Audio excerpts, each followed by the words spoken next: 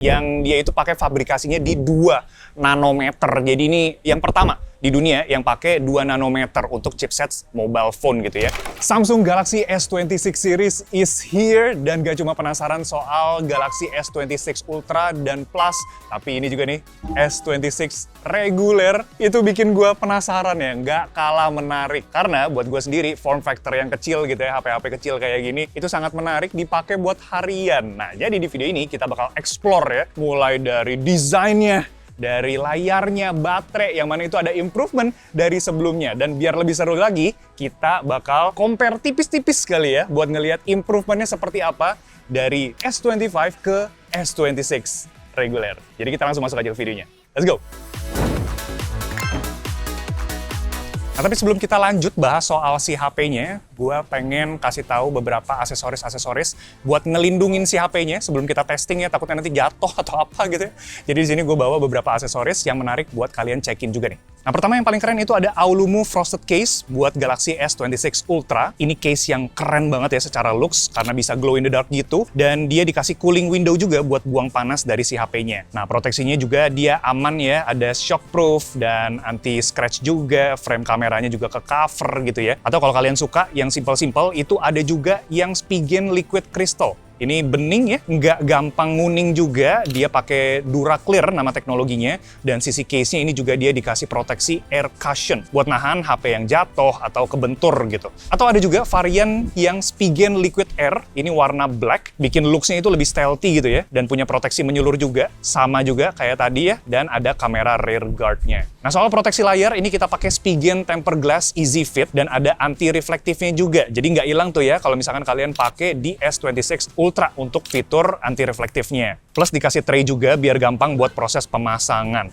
Nah, sama satu lagi yang wajib dibawa itu ada power bank, dan ini dari Charge Ice Mic 3. Dia itu pakai ukuran 10.000 mAh, fast charging 25 watt wireless dan 35 watt wired, bisa ngecas 3 device sekaligus, dan dikasih fitur kickstand juga ya buat berdiriin si HP-nya. Desainnya juga keren banget ya, dia ada sistem pendinginnya kayak gini. Nah, semua proteksi dan power bank untuk Galaxy S26 series ini kalian bisa beli atau temuin di Unitech Store, toko aksesoris gadget premium dan terpercaya nih. Dan untuk garansinya sendiri dia sampai 24 bulan. Buat lengkapnya kalian bisa cek aja di kolom deskripsi. Nah, sebagai konteks sebelum kita masuk ke pembahasannya, jadi S26 reguler sendiri itu ada 2 varian storage. Yang kita pakai itu di 12/256 GB dan ada yang 12/512 GB. Sip, sekarang kita langsung bahas dari yang pertama, paling menarik, yaitu adalah bagian desainnya nih, karena dia sedikit melebar dan memanjang. Oke, jadi kalau misalkan kalian lihat, ini samping-sampingan bareng sama S25 reguler, dia sedikit memanjang ya. Dan kalau misalkan kalian lihat juga, kelebarannya juga dia sedikit melebar. Ini nggak ngefek gimana banget saat kita pegang kedua HP-nya. Gue sih kalau misalkan pegang 2 tangan gini, nggak begitu berasa ya. Dipegangnya tetap sama-sama compact, dan ya tadi gue bilang gitu, HP-HP yang nyaman buat pakai harian gitu. Tapi kalau misalkan kalian lihat, ini dari segi speknya, ini sentimeternya itu kalian bisa lihat ada perbedaannya sedikit. Nah, ketebalannya sendiri dia masih sama aja gitu ya. Jadi dengan perbedaan ukuran, form factor-nya, ini kasih ruang yang lebih di bagian dalam si HP-nya, yang mana nanti akan berpengaruh juga ke bagian baterai, tapi baterai nanti gue jelasin di pertengahan gitu ya. Nah, kedua adalah di bagian desain frame kameranya. Nah, kalau misalkan kita bandingin sama sebelumnya, S25, dia itu nggak ada frame yang nonjol ya di bagian luarnya. Nah, kalau sekarang dia ada semacam island-nya gitu. Atau ini kalau misalkan kita lihat di Z Fold 7, nah dia kayak ngambil inspirasinya dari frame kamera si Z Fold tersebut. Gue sendiri sih suka ya dengan desain yang kayak gini. Apa ya? Premium gitu, keren ya. Nah, sedangkan kalau misalkan kalian lihat dari bagian samping-sampingnya, materialnya, dan finishing dari mate bodinya itu semuanya sama ya. Tidak ada perbedaan yang gua temukan di sini. Tapi kalau misalkan nanti gua ngelihat dari segi spek ada yang berbeda, akan gua informasikan juga gitu. Tapi ya, di sini kita dapat semua materialnya dan feel looks-nya itu premium. Nah, ngomongin soal body juga, di bagian layar ini otomatis sedikit lebih gede. Jadi sebelumnya ini ada di 6,2 inci, kalau sekarang itu ada di 6,3 3 inci. Kalau misalkan kita side by side kira-kira kayak gini ya. Nah, dari panelnya sendiri ini sebenarnya dia sama aja pakai LTPO Dynamic AMOLED 2X dan dia pakai 120 Hz untuk refresh rate-nya. Brightness-nya, HBM-nya itu juga masih sama-sama aja. Jadi kalau misalkan kita pakai harian, sebenarnya efeknya itu lebih ke ukurannya aja yang lebih lebar, lebih luas gitu ya. Dan kalau misalkan kita lihat dari segi bezel-nya juga ini sebenarnya sama aja ya, mirip-mirip. Jadi perbedaan yang paling berasa secara spek dan secara kalau misalkan kita lihat langsung itu lebih ke ukurannya aja yang dia lebih meninggi dan melebar, jadi sama kayak si bodinya. Nah, ngomongin soal proteksi layar, Samsung Galaxy S26 dia pakai Corning Gorilla Glass Victus 2 di depan dan bagian belakang HP-nya. Nah, lanjut lagi itu ke bagian performance. Chipsetnya itu berbeda dari sebelumnya. Yang sebelumnya itu pakai Snapdragon, kalau sekarang itu ngandelin Exynos lagi. Dan di sini itu pakai Exynos 2600 yang dia itu pakai fabrikasinya di 2 nanometer. Jadi ini apa ya, bisa dibilang yang pertama di dunia yang pakai 2 nanometer untuk chipset mobile phone gitu ya. Dan kita udah ngetesin untuk benchmark si Geekbench 6 untuk CPU benchmarknya. Nah, jadi kalau sebelumnya di S25 reguler itu 9.000 poin dan di S26 reguler sekarang jadi 11.000 poin. Nah, tapi kalau misalkan buat AI-nya sendiri itu sebenarnya dia nggak begitu jauh-jauh amat perbedaan poinnya. Di sini sama-sama dapat totalnya itu 1.400-an ya, 1.400-an poin. Bagian single precision score dan half precision score-nya aja yang dia sedikit meningkat. Dan keduanya ini gue pakai framework di TensorFlow Lite dengan backend yang NNA API. Nah, itu untuk benchmark score-nya, yang mana kita dapat improvement yang lumayan berasa, entah itu di CPU ataupun GPU. Jadi ini bikin apa ya, pengalaman untuk kita sehari-hari, entah itu heavy usage, ataupun kalian suka main game, I don't know. Nah, itu akan ada berasa improvement-nya. Nah, buat gue sendiri sebenarnya, karena gue sering apa ya, multitasking, pindah-pindah aplikasi, ngedit di CapCut, itu akan membantu banget di HP-nya. Tapi again, untuk testing yang lebih lengkap, itu akan gue jelasin nanti di reviewnya. Jadi kalau misalkan kalian penasaran, boleh request di kolom komentar, Bang, kayaknya gue butuh lebih dalam soal performance-nya. Nah, kalian bisa request aja di bawah, nanti akan gue lanjutin videonya kalau misalkan banyak yang request.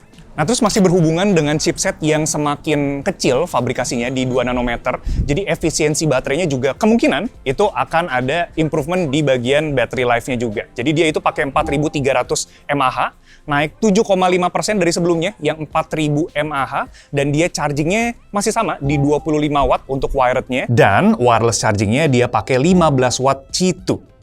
Nah, sekarang lanjut ke bagian kameranya. Dia setupnya masih sama kayak sebelumnya, di 50 megapiksel untuk main kamera, 10 megapiksel optical telephoto di 3 kali optical zoom, terus ada juga ultrawide-nya di 12 megapiksel, dan bagian selfie-nya juga dia pakai 12 megapiksel. Untuk hasil fotonya kayak gini nih.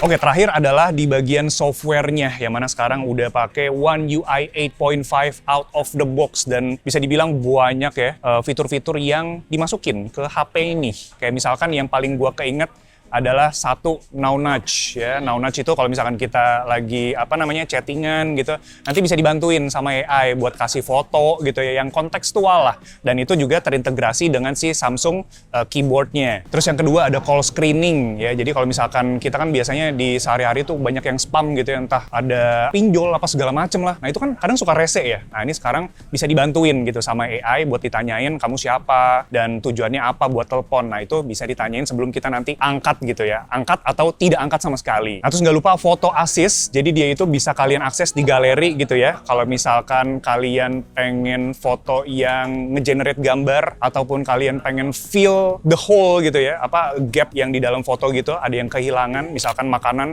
udah dimakan duluan sama pacar kalian, terus kalian pengen fotoin estetik, nah itu bisa ya pakai fitur-fitur yang ada di galeri ini begitu. Terus ada yang menarik juga yaitu Bixby, I think they're back. Jadi Bixby ini sekarang bisa kalian manfaatin atau bisa kalian tanya-tanyain untuk tahu lebih dalam soal device-nya. Jadi hardware-hardware-nya, kondisi si device-nya, kesehatan si device-nya, itu kalian bisa tanyain ke Bixby. Nanti dia bisa kasih rangkuman, atau dia kayak dokternya dari si HP tersebut. Kasih info-info lah. Sama terakhir adalah Circle to Search 3.0, yang mana sekarang itu search-nya itu nggak cuma kayak kotak doang, tapi ini sekarang kontekstual. Jadi misalkan fotonya ini lumayan lebar, kalian bisa pilih ini subjeknya siapa, atau ini dia pakai baju harganya berapa, atau tempatnya ini lagi di mana, macam-macam lah. Jadi circle to search-nya makin pinter, makin mantap. Tapi sebenarnya masih banyak lagi ya fitur-fitur unik yang ada di One UI 8.5. Ya mungkin nanti akan gue dalamin lagi again di review-nya. Jadi stay tune aja.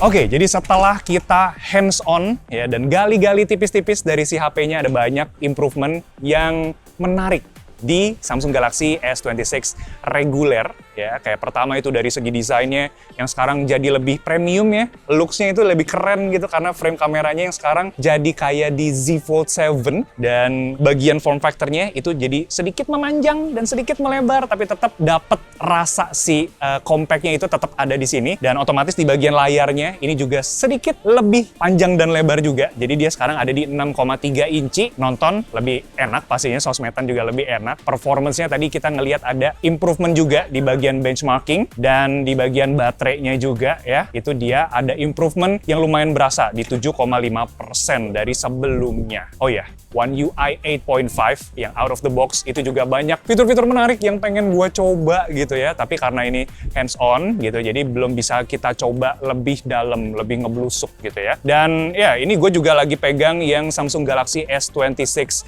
Plus-nya sebagai perbandingan sama yang reguler ya, lebih panjang dan mungkin lebih masuk kali ya buat kalian yang pengen HP-HP gede, ukuran-ukuran besar gitu. Tapi kalau misalkan kalian pengen tahu lebih lanjut soal si S26 Plus-nya, boleh juga di request aja di kolom komentar karena di sini kita bahas full soal si regulernya. Sip. Kalau misalkan kalian suka video ini, jangan lupa buat di like dan jangan lupa buat follow, subscribe ya. Dan jangan lupa juga buat nonton video soal Samsung Galaxy S26 yang ada di San Francisco ya. Ko Malvin yang bawain, kita seru-seruan dan kita bahas dari semua varian Samsung Galaxy S26 series gitu ya. Dan jangan lupa juga ada Galaxy Buds-nya yang seru juga, cakep banget, desainnya berbeda. Ya pokoknya gitulah. Kita ketemu lagi di video selanjutnya. Thank you guys. Ciao Bella.